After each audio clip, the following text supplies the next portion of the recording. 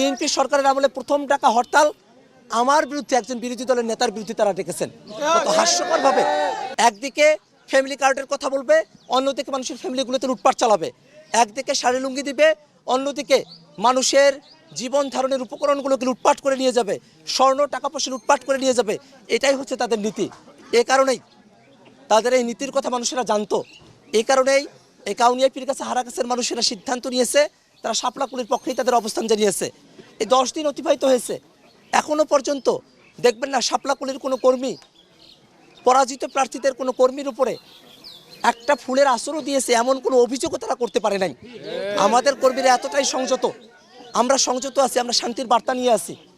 এই ভরসা 12 তারিখ সারাটা দিন গেছে, 12 তারিখ রাত গেছে।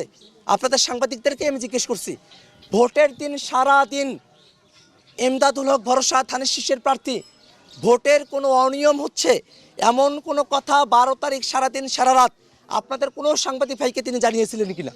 নির্বাচনী অনিয়মগুলো তারা করতে চেয়েছিল। হারাগাছে 55,000 ভোটার, তাদের মাঝে মাত্র 5,000 ভোটার। আমি তাদের কাছে কৃতজ্ঞ, তারা আমাকে ভোট দিয়েছেন, শাপলাকুলিতে ভোট দিয়েছেন। 22,000 ভোট বেশি পেয়ে 27,000 ভোট ধানের শীষের ইমদাদুল হক ভরসা পেয়েছেন। অথচ এই হারাগাছের মানুষদের উপরেই তিনি কি অবর্ণনীয় অত্যাচার নির্যাতনগুলো তিনি করছেন। মানুষেরা দোকানপাট খুলতে পারছে না। গতকাল সন্ধ্যাবেলা তারা মাইকিং করেছে, হুমকি দিয়েছে কোনো দোকানপাট খোলা যাবে না, কোনো ব্যবসা প্রতিষ্ঠান খোলা যাবে না। মানুষের রুটি রুজিতে তারা টান দিয়েছে।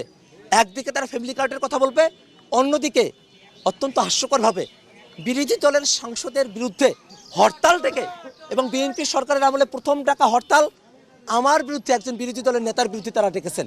কত হাস্যকরভাবে তারা এই হরতালটা তারা ডেকেছেন। আজকের দিনে তারা হরতাল ডেকেছেন, যদিও পরে প্রত্যাহার করেছেন।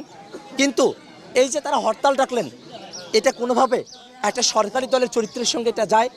আওয়ামী লীগের সময় এটা হতো, আওয়ামী লীগ অবরোধ করত, আওয়ামী লীগের লোকেরা তারা তাদের মধ্যকার গ্যাঞ্জামের কারণে তারা হরতালের মতো করে তারা অবরোধ ডাকতো, গাড়ি ঘোড়া বন্ধ করে দিত। আর এখানে সরকারি দলের প্রার্থী, পরাজিত প্রার্থী, তিনি বিরোধী দলের একজন সংসদ সদস্যের বিরুদ্ধে তিনি হরতাল থেকে বসে আছেন। এটাই হচ্ছে তাদের রাষ্ট্র নিয়ে তাদের বোঝাপড়া, দেশ নিয়ে তাদের বোঝাপড়া। তাদের এই দেশ এবং রাষ্ট্র নিয়ে তাদের বোঝাপড়া না থাকার কারণেই কাউনিয়া পীর কাছের মানুষেরা তাদেরকে প্রত্যাখ্যান করেছে।